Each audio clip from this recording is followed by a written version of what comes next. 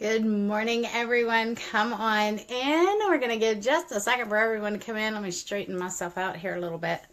I have been running around a little because I went to go put my shirt on and realized that at some point my doggie must have enjoyed laying on it or something because it was truly like covered in doggy hair, and I was trying not to come on here being covered in doggy hair for y'all. So anyway, so we are here for our Truth Be Told Thursday. So this is where you have an opportunity to ask me some questions about kind of the who, what, where, when, how, why of what I do in my business, in hopes that perhaps it might be able to help you in some way in yours.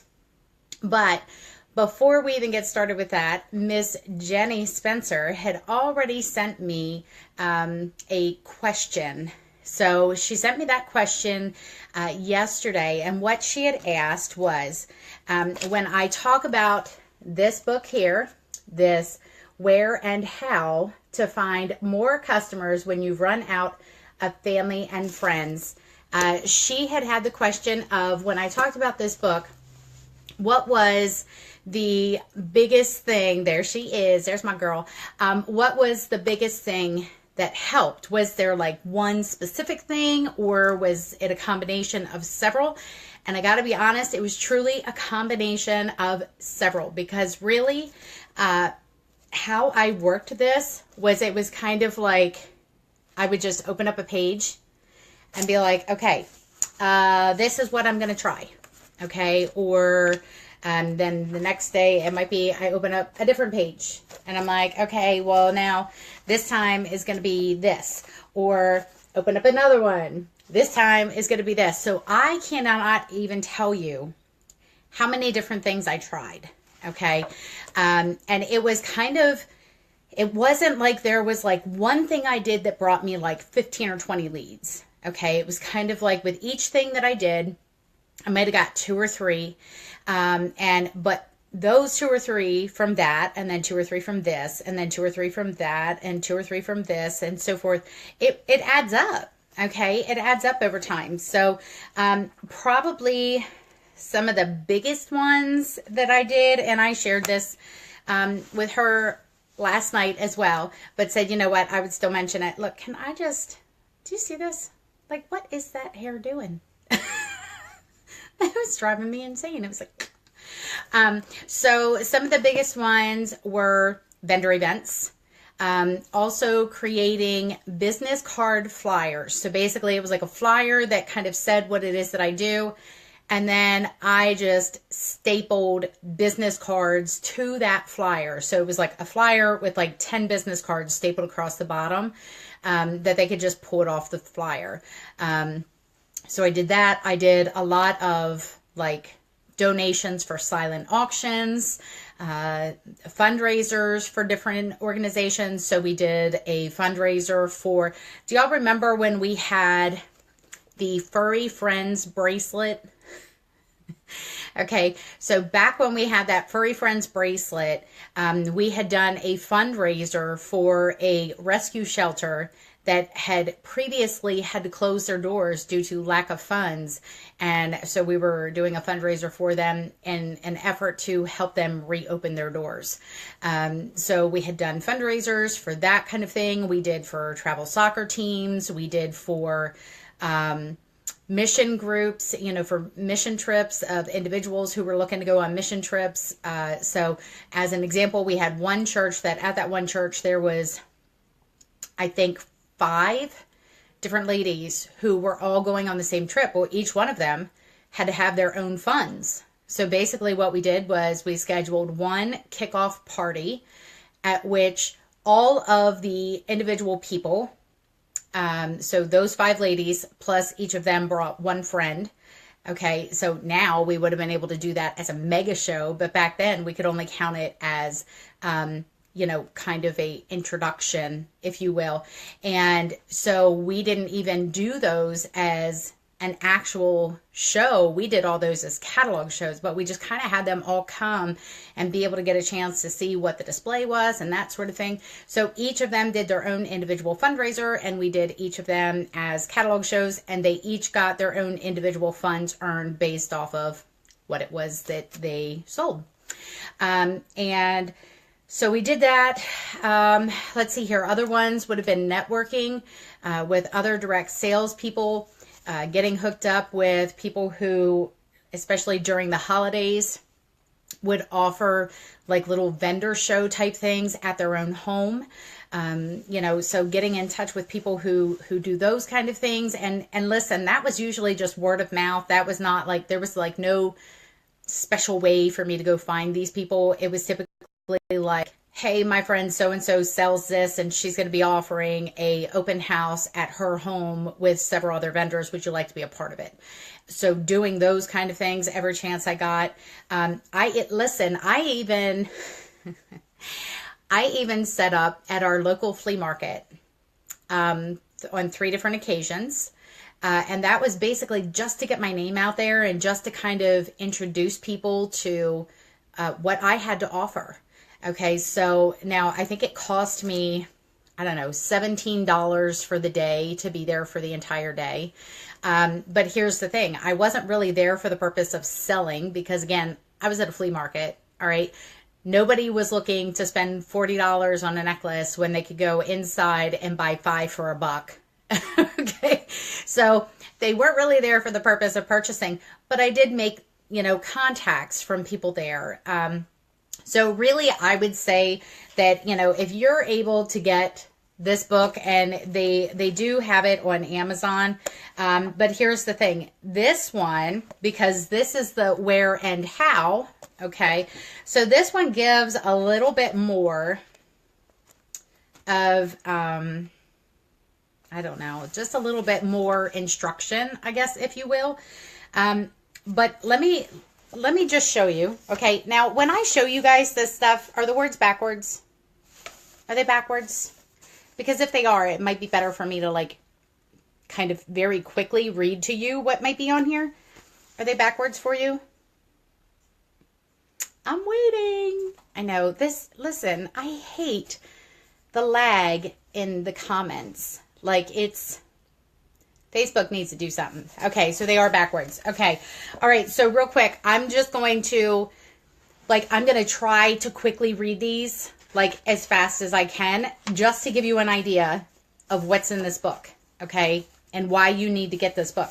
All right. Advertising, souvenirs, affiliate program, airplanes, apartments, attention getters, attraction, alphabet, auctions, auto repair shops, badges, bake sales, banks, barter, beauty salons and barbershops, bills, bingo, birthdays, bookmarks, bulletin boards, bumper stickers, business associates, business cards, be your own billboard, campgrounds, cars, car washes, Christmas card lists, clubs, consulting, contests, conversations, copy shops, corporate gift giving, coupons, cross promotion, database, daycare centers, delivery people, demonstrations, directories, displays. Y'all, I'm on the ND, and this goes all the way to Z. Okay? Do you get what I'm saying? Do you get why I'm saying that you should get this book? Okay. So it has a ridiculous number. And then it's not even just where it says, okay, so somebody give me a shout out. One that I mentioned that it was kind of like, oh, really? What would that be? So just put one of those topics in the comment stream for me real quick. And I will go to the page and I will read you an excerpt for that one. Okay, so the first person to get something in the comment stream for me of a topic that I already said. Okay, so bank. Let me see here. We got bank. All right, that's page 42. And I will very quickly read you what it says under that. Okay, so banks. Banks are where you take money in or out, but they can also be a place where you can make money as you find new customers. Business owners really need to know the staff at their local banks. Real quick, how many of y'all focus on only online banking? Okay, that's another place where you can be getting in there and making some relationships. Okay, in some cases, you'll be securing loans, and bankers like to know the people that they lend to. For the discussions in this book, however, you want to find more thirsty customers. Many employees at the bank could become your customers or lead you to other thirsty people. This says, I live in a small town, which is a plus for building relationships. The folks at our local bank know us well and have at times called us with referrals from other bank customers because they know us and what our business is about. Do the employees at your bank know you well enough to refer other customers to you? Additionally, some banks invite their customers to participate in business expos so they can become acquainted with other bank customers who own businesses. You never know who might need each other's products or services. Ask your bank if they offer these types of events. If not, suggest they try it. After all, this shows yet another no-cost benefit that banks can give, and banks want their business customers to be successful and profitable. And for those of us who are in the jewelry business and the fashion industry, don't forget the fact that these bank tellers need to have a professional, polished look. Okay, so you can even go into these banks and offer yourself as a fashion consultant, okay, where you could come in and give just a brief, like 30-minute kind of training on having a polished, pulled together look and why that's so important. Okay, so different things like that. Now listen, and this is chock full of all kinds of different things, and then you can kind of look at it every once in a while. It'll even say things like, and if your business happens to be jewelry, or if your business happens to be whatever, okay. So as you are looking at those things, you can really kind of add some of your own little twist. But it gives you ideas to go into places that you've never even thought about. One of the other things that I have done on occasion is go to auto body shops or repair shops, that kind of thing, especially like dealerships and that sort of thing. Listen, if you go into their waiting area, you know what they have in their waiting area as far as magazines? All they have is car stuff. That's it. Do you know how many women, though, are the ones who have to take the cars in for the repairs? Because there's so many stay-at-home moms, a lot of times it's the moms who have to take these vehicles in and sit there and wait for the oil change, or sit there and wait for the repair or whatever. So in the process, they're not really even being catered to, because all that's there is car magazines. So to go in there and say, I know that for myself, I'm a woman who is typically the one to bring my vehicle in and have to sit here and wait. Would it be okay for me to offer you some catalogs from a jewelry line that I rep, just so that you could have something else there for the women who might come in? What are they going to say? No. Listen, most times they're going to say, sure, because that's one less magazine subscription they have to worry about. Okay? So just saying. All right. So real quick, I'm going to do airports and I'll do bingo.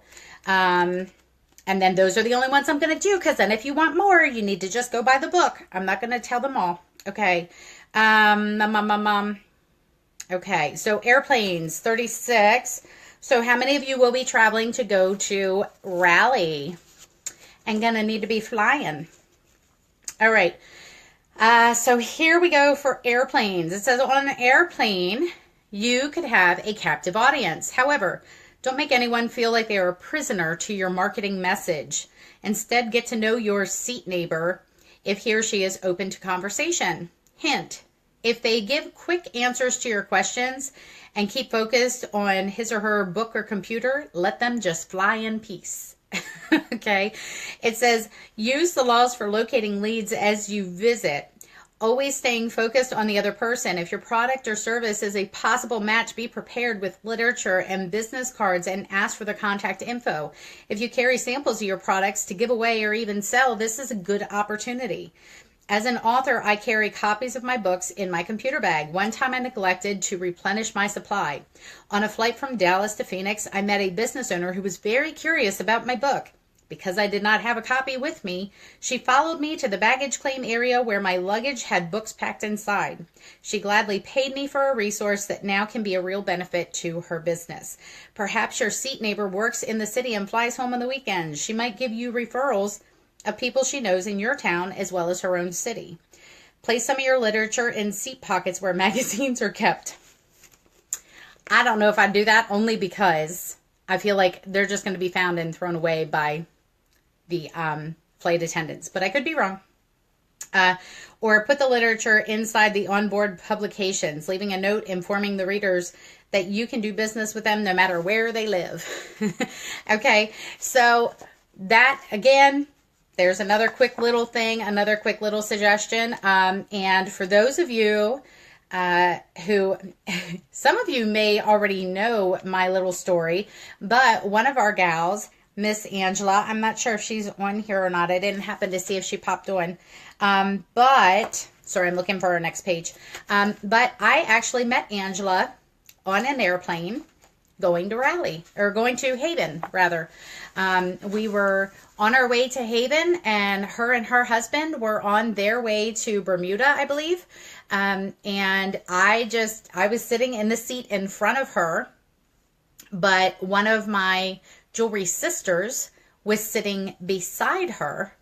So I spun around and I kind of draped my hands over the seat while I was talking to my jewelry sister. And Angela noticed the starlet bracelet, and she's like, "Oh my goodness, I love your bracelet." And I said, "Oh, thanks." I said, "It's Premier Designs. Are you familiar with them?" And her husband, Adam, says, "Oh, of course it is." And he says, "Of course it's Premier." And I just kind of chuckled and I said, "Do we have a love-hate relationship with Premier?" And he says, "Oh, she loves Premier all right." And he says, "But her jeweler is no longer doing it." And so at which point Angela was just like, "Do you have a card? Where are you from?" And I said, "Well, I live in Delaware." I said, "Where do you live?" And she says, "York, Pennsylvania," which just so happens to be only 20 minutes from where my mom lives, where I go once a month to go visit and do shows and everything else. So I'm like, "Oh, get out." So we get to talking and everything else.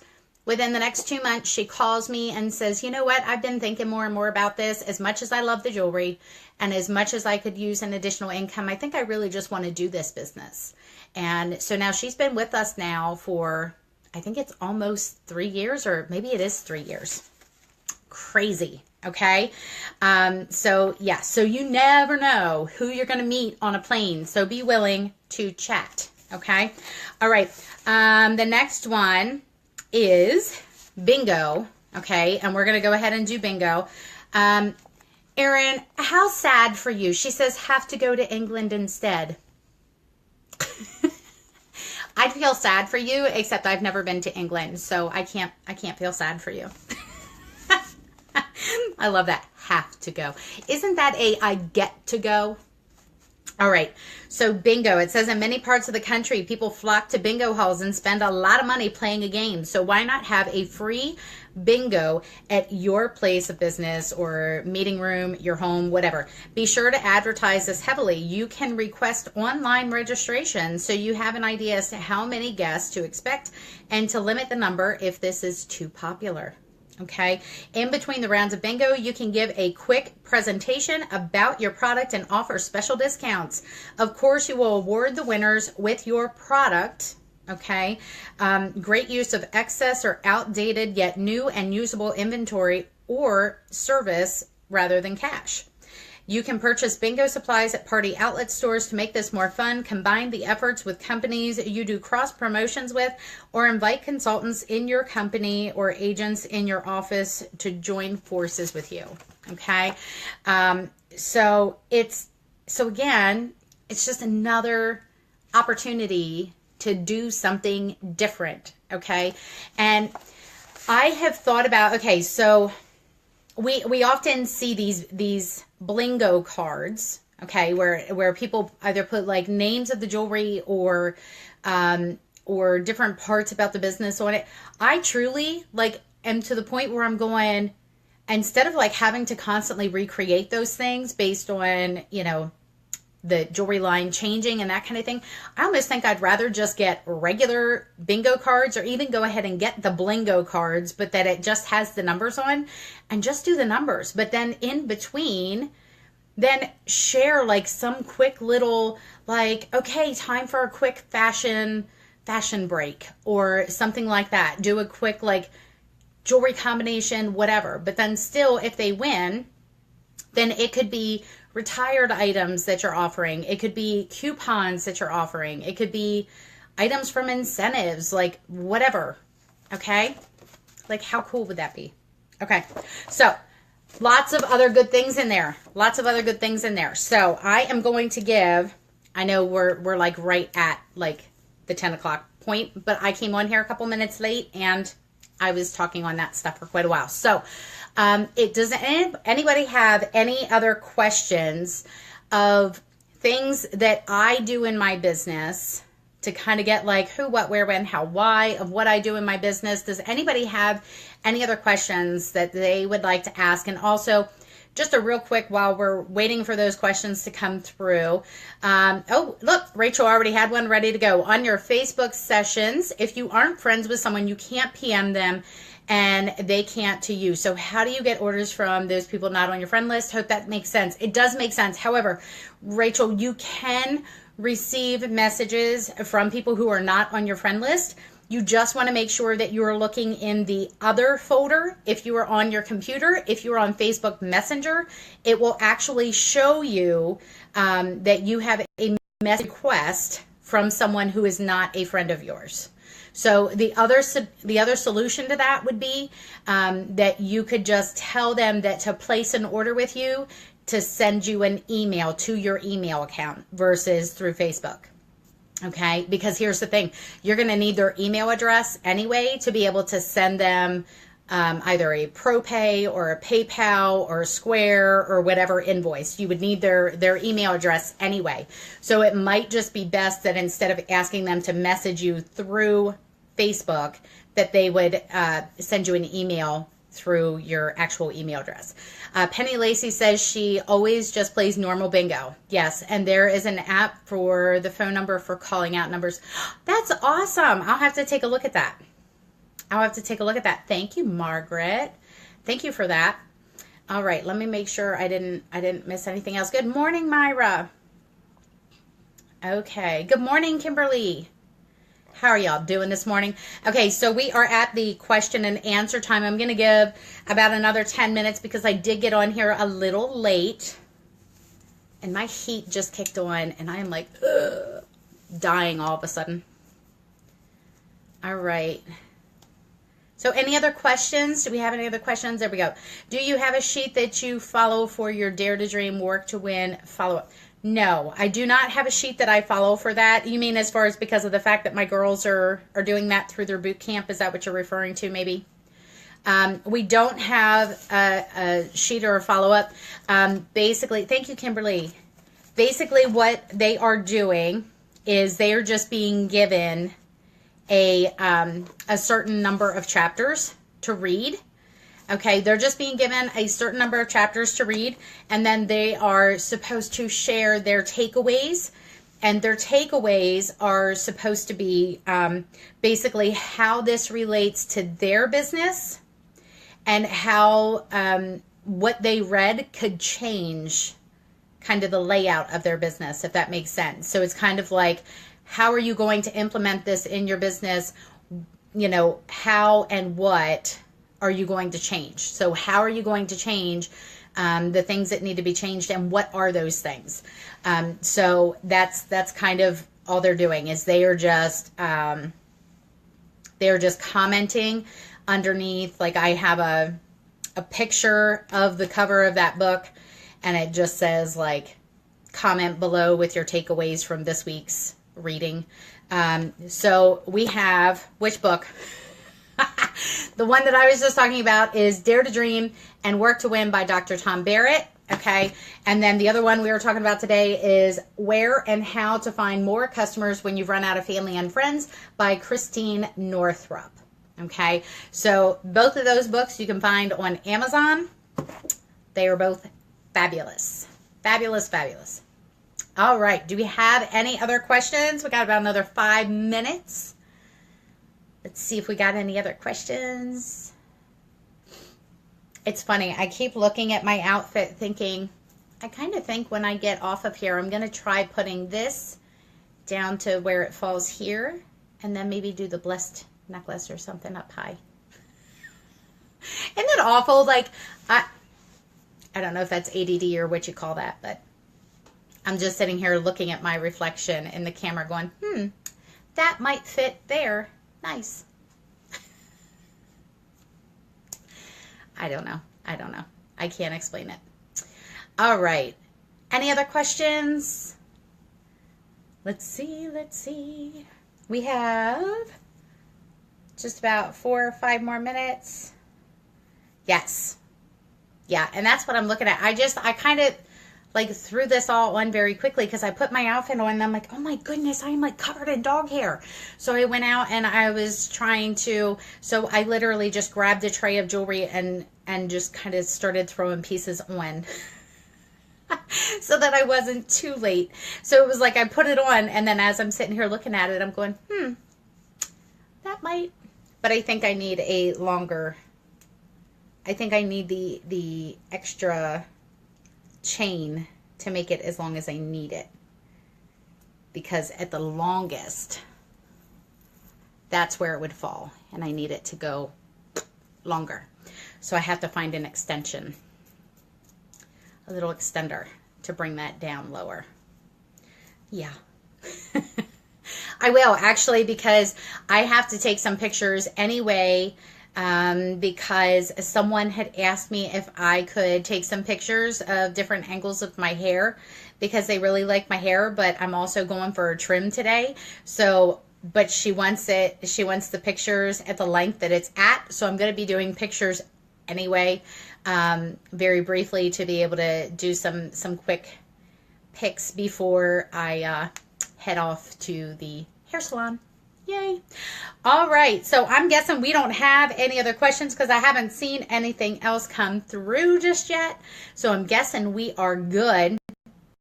So I'm going to let you guys scooch, but tomorrow is our Fashion and Faith Friday. Can you guys believe it is already almost the end of the week? I swear, I don't know where these weeks go. But it is already almost the end of the week. Tomorrow is our Fashion and Faith Friday. So I will be here with you to share some little nugget of fashion tips or versatility or combo or something. I truly have no idea what it's going to be. But I can tell you one of the things that I'm going to be looking at, I know, right, Rachel? So one of the things that I'm going to be looking at doing probably over the next week is, you guys ready for this? I'm going to be attempting the capsule wardrobe in my closet. And what I'm going to do is, because I'm a little scared to do this. So I'm not going to truly like get rid of, unless like, look, unless the, you know, if they're stained, they got holes, they got whatever, then yes, I'm just going to get rid of those. But if they are still in good condition, for now, they are going to be boxed up and tucked away somewhere. And if I manage to be able to use this capsule wardrobe without feeling the need to dive into those boxes within like a 3 to 6 month period, then they're just going to get tossed. They're just going to get tossed. So, yeah. So wish me luck. But yeah, my closet is literally exploding. Like I have clothes that I cannot even put away because I can't even get into my closet to do it. Right? So yes. So here's the thing. But you know what though, Rachel? Here's what I'm looking at. Because of the fact, okay, so real quick, we're going to cover this real quick. All right, so because of the fact that, you know how like when you have kids and they have like this toy box and they literally only play with the items that are on the top, and you're like, you know what, you have so many toys, like let's clear some of this out because your birthday is coming up or Christmas is coming up or whatever, and we got to get rid of some things to be able to add new things. And then what happens is, as they start going through the toy box, they're like, oh, I forgot I even had this. And suddenly it is a brand new toy that they can't get rid of. Right? So here's what I plan to do, Rachel. I'm not even going to open those boxes unless it comes to a point in time where I'm like, if there's like 2 to 4 times during that like 3-month period that I'm going, oh man, where's that shirt at? Man, I wish I had that shirt. If I had that shirt out, I'd be able to, okay, then that shirt will get pulled out. But let's say I go 3 months with that season of clothing, okay, and never once even think about the items that are in that box because I'm more than content with what's in my closet. I'm not even going to open that box, because what will happen is if I open that box, then surely I will open that box and it would be like brand new items, and I'll fall in love with them all over again for a hot second until they're back in my closet and then they don't get worn again. Right? So that's really what I want to try to do, is put those things in a box, shove them away. And as long as I don't find myself like having to get back into that for some reason, then at the end of that 3 months, if I haven't gotten into it and it's seasonal clothing, the season I'm currently in, and I haven't even once thought about them or wanted to pull them out, then I'm just going to get rid of them. I won't even open the box again to be like, well, let me check and make sure and see what's in it. Nope. If I haven't used it in the last 3 months and it is that season's clothing, then I'm just going to get rid of it. Because I need to, listen, I got to make decisions all the time. I got to think about things all the time. My brain never shuts off. If I can get rid of the thought process of, oh my word, what am I going to wear today? And I can just very easily open my closet and grab out things knowing that, one, I'm going to love them, and two, they're going to fit me and I'm not going to feel like a busted can of biscuits. Okay, then I know that I can just get dressed and I'm good. Yes. Rachel says, that's so great. Can't wait to hear how it goes. I downsized a lot when we got our new home and don't plan on getting my closet full. It's not necessary. No, it's not. It truly isn't. So I want to kind of look at like the cheat sheets of like the staple pieces that you want to make sure that you have, like the white button down, the little black dress, the this, the that, whatever. So I want to look at those things, okay, and make sure that I have those things in my closet. And then, but I got to be honest, I'm already like, I've already started thinking about how I'm going to do this. So what I kind of think I'm going to do is I'm going to wind up pulling literally everything out of my closet, putting all the solids on one pile and all of the prints on another pile, and then go through them of, okay, of the solids, this is what I need to make sure that I have. I need to make sure that I have some short sleeve, long sleeve, tank tops, etc. Okay, basically all those kind of basics, and put those in the closet first, and then go through the prints and determine which prints can be very easily used and mixed and matched with the solids that I'm keeping. Because truly, our solids and neutrals should be like 80% of our closet, with only about 20% of our closet being the extra like trendy pieces, the printed pieces, and that kind of thing. Oh, there is. It's called Your Closet. Thank you, Rachel. Thank you. Okay, so yes, so I'm going to use that. All right, I'm going to let you guys go. So tomorrow is that. Who knows? I don't know. I don't know what I'm going to do for tomorrow yet. I don't know. I started to say something, but I'm not going to say it just in case. Just in case I change my mind.